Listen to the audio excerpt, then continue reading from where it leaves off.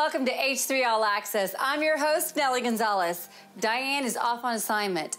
Thank you for joining us. On today's show, we travel to Cuero, Texas. We take you on a tour that includes a museum, Michael Hawk, a 5-star restaurant, a cattle drive, and so much more right here on H3 All Access. First up, Cuero's historic Knights of Pythias Hall, now the home of the Chisholm Trail Heritage Museum. We spoke to board chair Robert Oliver about the history and the heritage of this great museum. Take a look. Hi, I'm so excited because I'm here with Mr. Robert Oliver of the Chisholm Trail Heritage Museum. Please tell us about the history of this museum.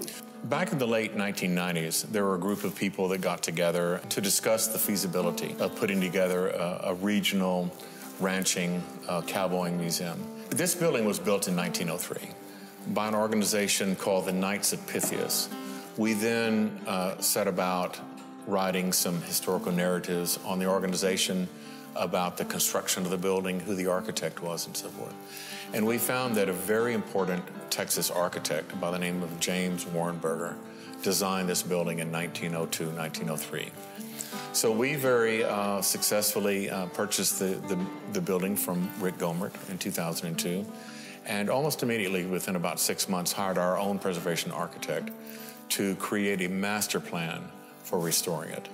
His name was David Hoffman, and about a year later, he presented to us a 7-phase restoration master plan that not only included the restoration of all the windows and the walls and so forth, but also the construction of a 2-story annex. It was roughly around 2002 when I met some people, actually one gentleman in particular in Austin, that he's Peruvian. He asked me if I was familiar with the Tinker collection. And there were something like 950, 960 pieces that had been mothballed for several decades. Dr. Tinker was born in the late 1800s, around 1880. He died, I believe, in the 1960s. But before he died, he gave this really fine collection of North American, Mexican, and South American collection of ranch and horse-related artifacts. And his philosophy was that a common thread that runs from Canada all the way down through Central and South America, all the way to the tip of Chile and Argentina, was ranching and cowboying. And so now the Chisholm Trail Heritage Museum is going to be this proud refuge for this really wonderful world-class collection.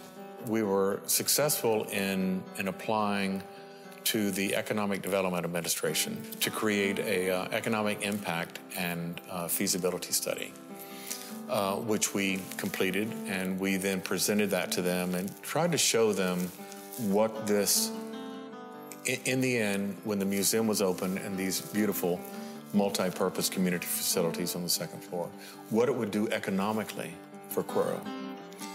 We knew all along that it would provide a huge boost, not only economically, but we were also trying to sort of raise the bar, historic preservation-wise. Our other goal, major goal, was or is to open up the museum downstairs, which will be 5,000 square feet of displays and exhibits. Again, sort of a snapshot of life, ranching life, cowboying life in South Texas between 1865 and 1915. Also, as we walked around, there's beautiful paintings on the wall. And what I discovered is that the artists, you know, a variety of them, are all from Cuero. Very distinctive in their art. Yes. Tell us about this particular exhibit.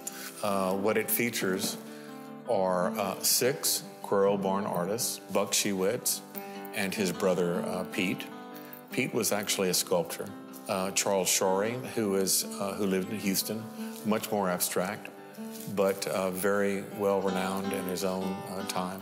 A bit more of an obscure artist by the name of Tom Stell.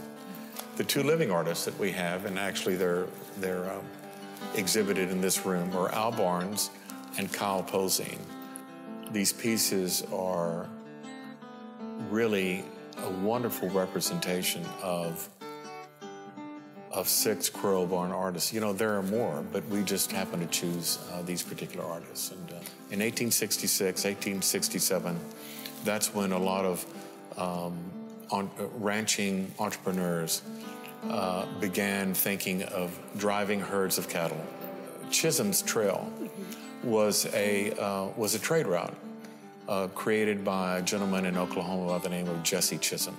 150 years later, that name has now been sort of casually used for a lot of the feeder trails that came on down, originating in this part of the state, even further south, as far south as Brownsville, Kingsville, and so forth. Quero in DeWitt County has a special name recognition with the Chisholm Trail because in 1866, Mr. Cardwell tapped Thornton Chisholm to drive this 2 herds of 900 each from Quero up through North Texas, across Indian Territory, and to St. Joe, Missouri. The Chisholm Trail itself sort of opened up in 1867. So this area of Texas played a very crucial, important role in the development of the nation.